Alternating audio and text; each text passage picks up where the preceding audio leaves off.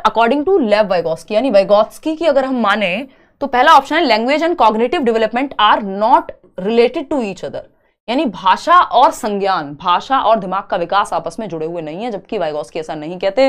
वो तो कह रहे हैं ये जो दिमाग का विकास है ये भाषा समाज यानी सोसाइटी, कल्चर यानी संस्कृति और लैंग्वेज की वजह से ही हो रहा है, तो वो तो इंटर रिलेटेड कहते हैं, वो नहीं कहते ऐसा कि इंडिपेंडेंट है। Language and cognitive development take place independent of each other, यानी एक दूसरे से स्वतंत्र हैं, भाषा का दिमाग पे कोई प्रभाव नहीं पड़ता, ये बात एकदम गलत है। ये तो लैंग्वेज को ह्यूमंस का ग्रेटेस्ट टूल कह रहे हैं, एक यंत्र कह रहे हैं जिसके माध्यम से हम अपनी समझ को विकसित कर सकते हैं। ये लैंग्वेज ही तो है जिसके माध्यम से मैं आपको अपनी बात समझा पा रही हूँ, आप अपनी बात कह पा रहे हैं कमेंट्स में, किताबें पढ़ के आप अपनी समझ विकसित कर पा रहे हैं, है ना, किसी की ज्ञान की बातें सुन करके, है ना, कोई भी आप अच्छी से अच्छी किताबें किसके माध्यम से पढ़ पा रहे हैं, भाषा के माध्यम से, किसी से चर्चा कर पा रहे हैं, आपका दिमाग बेहतर हो रहा है, कैसे, भाषा के माध्यम से। तो भाषा तो हमारी समझ को विकसित करने में बहुत बड़ा रोल प्ले करती है as per Vygotsky. Language facilitates the shared experiences necessary for building cognitive process, यानी आपके संज्ञान, आपकी समझ को बेहतर करने के लिए भाषा हमें अनुभव प्रदान करती है, हमें हेल्प करती है, ये बात एकदम सही है। फोर्थ ऑप्शन क्या है, language development takes place after cognitive development. ऐसा इन्होंने नहीं कहा कि पहले लैंग्वेज डेवलपमेंट होता है फिर कॉग्निटिव डेवलपमेंट उसके बाद आएगा, इन्होंने कहा है क्या, वो तो थॉट और लैंग्वेज की बात है, और इन्होंने कहा लर्निंग से cognitive development.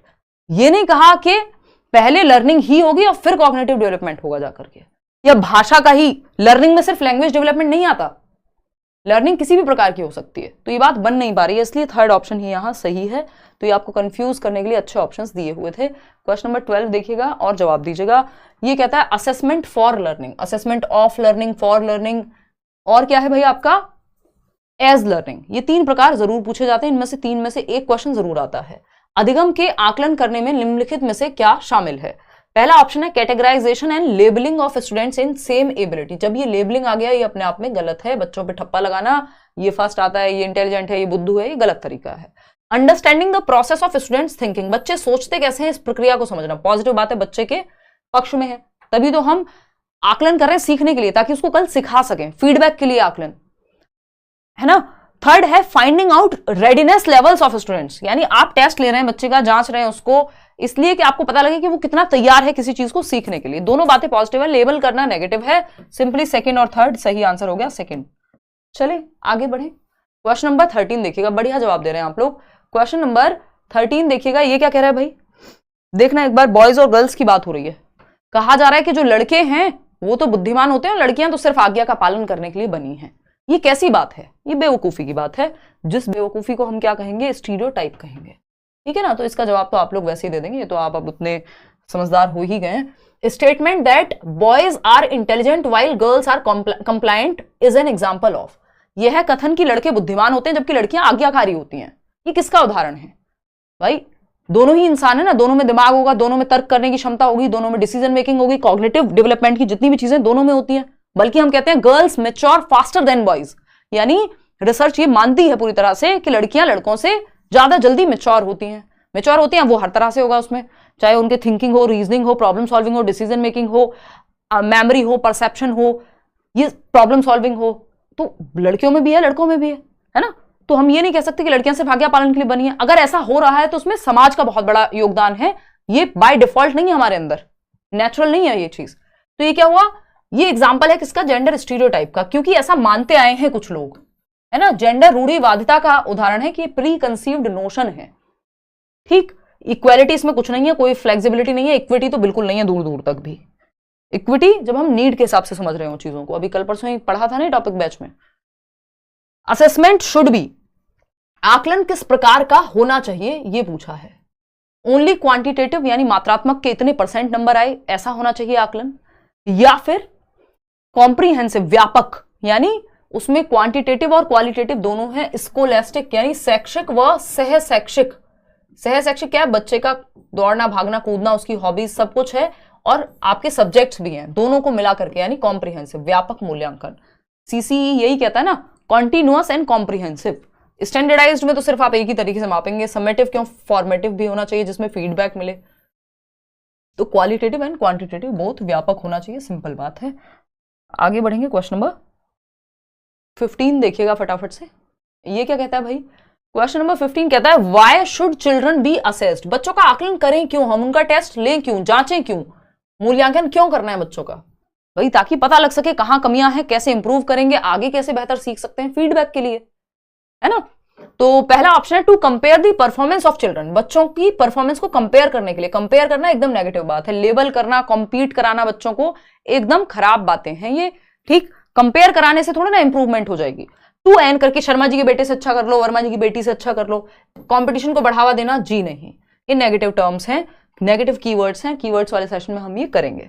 To identify and label slow learners, जो बच्चे धीमे सीखते हैं उन पर ठप्पा लगा दो कि तुम तो धीमे सीखते हो, नहीं, इनमें सब में नेगेटिव है, बस फोर्थ ऑप्शन ही एक पॉजिटिव बचता है। To improve the process of teaching learning, सीखने और सिखाने की प्रक्रिया में सुधार की कहां आवश्यकता है, कहां टीचर अपने मेथड्स को परिवर्तन लाए, अपने मेथड्स में चेंज लाए, अपने अप्रोच में चेंज लाए, कौन से एग्जांपल्स चेंज करे, किस बच्चे को कैसे समझ में आता है, बच्चा अपने अंदर क्या चेंज करे, ये सारी चीजें पता लगती हैं जब हम आकलन करते हैं। जब आप ये 30 नंबर का टेस्ट लगाएंगे और आप देखेंगे कि किन टॉपिक्स में आपको दिक्कत हो रही है, तो क्या होगा, आपको पता लगेगा कि कहां चेंजेस की जरूरत है। तो फीडबैक के लिए होता है आकलन, ना कि ठप्पा लगाने के लिए। क्वेश्चन नंबर 16 देखिएगा, inclusive education stresses on, 5 number का टॉपिक है समावेशी शिक्षा। समावेशी शिक्षा किस पर बल देता है, ये पूछा है हमसे। पहला है enhancing the potential of each student, हर बच्चे के अंदर जो छिपा हुआ पोटेंशियल है उसको बाहर निकाल के लाने में। इंक्लूसिव का मतलब ही है एजुकेशन फॉर ऑल, हर बच्चे के लिए शिक्षा, बात तो ठीक है। Viewing gaps in learning as deficiencies, यानी जो गैप रह गए हैं सीखने में उनको कमियों की तरह देखना, कमियों की तरह नहीं देखना, उन पे काम किया जा सकता है इस रूप में देखना। तो बच्चे में कमी थोड़ी ढूंढते हैं हम। सी ऑप्शन है third option, assessing cognitive skills on the basis of academic performance, यानी हम ये कहें जो नंबर ज्यादा लेकर के आ रहा है एकेडमिकली वो उसका दिमाग सही चलता है, अदरवाइज बाकी लोग खराब हैं, तो ये एकदम खराब अप्रोच हो जाएगी। हो सकता है बच्चे का इंटरेस्ट ना हो उस सब्जेक्ट में, हो सकता है उसको समझ नहीं आ रहा हो पेपर में कैसे लिखना है, टॉपिक उसको आता हो, तो ये कहना एकदम गलत तरीका है। फोर्थ ऑप्शन है setting same parameters of learning and assessment of each child, हर बच्चे से सेम एक्सपेक्टेशन रखना बेवकूफी हो जाएगी, क्योंकि बच्चे अलग अलग हैं तो उनकी क्षमताएं भी अलग अलग होंगी, उनके इंटरेस्ट यानी उनकी रुचि भी अलग अलग होगी, उनका एप्टीट्यूड, उनमें जो क्षमता है वो भी अलग अलग होगी। तो पहला ही ऑप्शन है हर बच्चे के अंदर जो भी पोटेंशियल छिपा हुआ है वो जितना बेहतर कर सकता है उसको बेहतर करने का माहौल देना।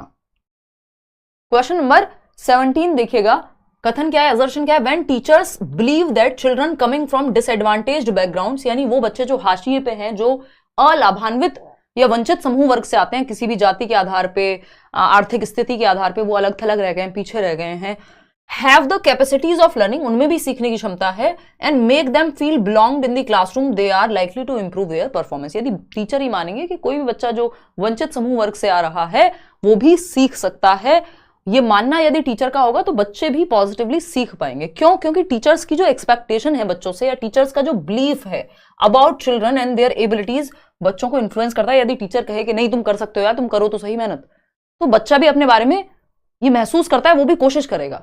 तो टीचर्स का जो बिलीफ है वो एक्सपेक्टेशन हेल्पफुल होती है सीखने में। तो ये दोनों ही बातें एकदम सही हैं, first is the right answer.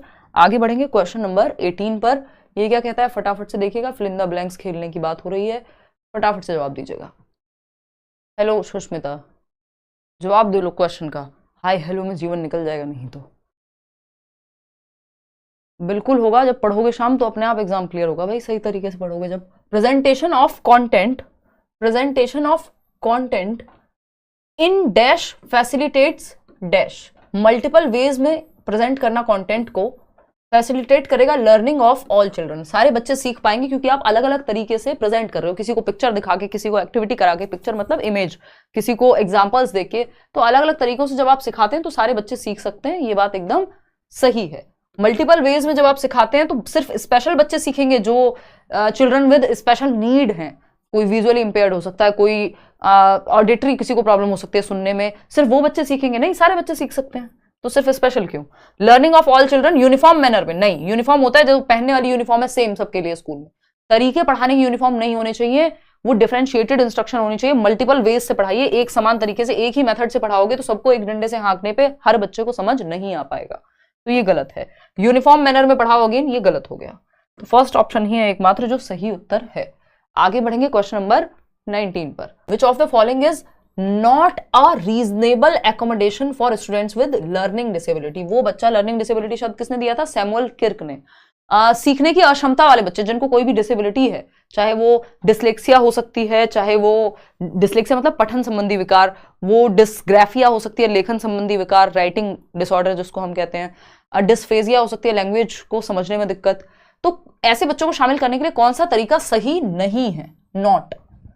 Allowance for frequent breaks between task, ADHD वाले बच्चे को ये चीज हेल्प करेगी, जो कि हम कह सकते हैं कि यदि एडीएचडी यानी attention deficit hyper activity disorder, यानी बच्चा ज्यादा देर तक ध्यान एक जगह टिका के नहीं रख पाता, तो उसको ब्रेक्स में पढ़ाओ, पार्ट्स में तोड़ के पढ़ाओ। लर्निंग डिसेबिलिटी का पार्ट हो गया, ठीक है। Extending allotted time for test, अगर किसी बच्चे को दिक्कत है, देखने में दिक्कत है, तो उसको एक्स्ट्रा टाइम दे दो, सही बात है। या सुनने में दिक्कत है, एक्स्ट्रा टाइम दे सकते हो, होता है, गवर्नमेंट एग्जाम्स में भी होता है ऐसा।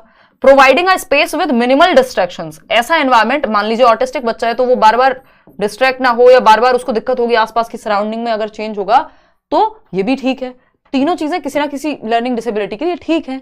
लेकिन standardise test for assessment, standardise का मतलब ये for all, same for all, तो सबको सेम डंडे से हाँकना बिल्कुल सही तरीका नहीं है। आपको फ्लेक्सिबिलिटी लानी है, आकलन में लचीलापन लाना है, अपने पढ़ाने के तरीके में भी और बच्चों को टेस्ट करने के तरीके में भी। जो बच्चा देख नहीं सकता, आप उसको ये नहीं कहेंगे तुम भी प्रॉपर ऐसे ही लिख दो, आप वहां पे ब्रेल लिपि की बात करेंगे या ओरल टेस्ट ले लेंगे, उसका मौखिक परीक्षा ले लेंगे, क्योंकि देखने में दिक्कत है तो लिखने में दिक्कत होगी। तो सबको सेम तरीके से आंकना जरूरी नहीं है। क्वेश्चन नंबर 20 देखिएगा। FFOE, बहुत साल पहले मैंने एक वीडियो बनाया था और उसमें ये बताई थी कि ये 4 चीजें अगर आप ध्यान रख लेंगे तो बहुत सही हो जाएगा। FFOE, flexibility, F for flexibility लचीलापन, फ्लुएंसी ज्यादा थॉट्स आना एक बार में, originality and of ideas are typical identifying characteristics of, धारणाओं में लचीलापन, यानी आपके दिमाग में विचार आ रहे हैं तो मल्टीपल आ रहे हैं, एक तरीका काम नहीं कर रहा, आप दूसरा नहीं तीसरा, ये लचीलापन है। धारा प्रवाहिता क्या है? मल्टीपल आइडियाज आ रहे हैं दिमाग में, ऐसा नहीं सिर्फ एक ही आइडिया आया है, किसी प्रॉब्लम को सॉल्व करने के 75 तरीके हैं। ओरिजिनलिटी, कुछ नए आ रहे हैं, सिर्फ कॉपी पेस्ट नहीं कर दे रहे कि लेट्स लर्न पे सीटेट ऐसे पढ़ाया जाता था, चलो सेम तरीका कॉपी पेस्ट मार देते हैं, है ना। तो ओरिजिनलिटी, कुछ अपना नयापन है। Of ideas are typical identifying characteristics of, किसकी पहचान है? क्रिएटिविटी के, ये क्रिएटिविटी के एलिमेंट्स हैं, लक्षण हैं, है ना। कुछ फ्लेक्सिबिलिटी, फ्लुएंसी, ओरिजिनलिटी, ये सब, एंड इलेबोरेशन जो इसमें दिया हुआ नहीं है। कन्वर्जेंट थिंकिंग और क्रिएटिविटी का कोई वो नहीं है, तो फर्स्ट ऑप्शन ही यहाँ पे ठीक है। क्वेश्चन नंबर 21 देखिएगा, ये क्या कहता है? Teachers should focus on use of dash curriculum and dash assessment, शिक्षकों को डैश पाठ्यचर्या और डैश मूल्यांकन का उपयोग करना चाहिए। भाई कैसी पाठ्यचर्या का? फ्लेक्सिबिलिटी, डीकॉन्टेक्चुअलाइज्ड यानी संदर्भ से जुड़ी हुई ना हो, ये सबसे नेगेटिव है। युगात्मक नहीं, रचनात्मक चाहिए, लचीला और रचनात्मक, यानी मल्टीपल वेज और फॉर्मेटिव, जिससे फीडबैक मिले, एक्टिविटी से ही आप आकलन कर पा रहे हैं। तो टीचर्स को फ्लेक्सिबल करिकुलम, स्टैंडर्डाइज नहीं, फ्लेक्सिबल और फॉर्मेटिव, जिसमें एक्टिविटी के माध्यम से आप जांच लें, एक्टिविटी करा करके। फ्रेगमेंटेड होता है, टूटे फूटे टुकड़ों में, डीकॉन्टेक्चुअलाइज्ड भी, और यूनिफॉर्म कोई तरीका नहीं है।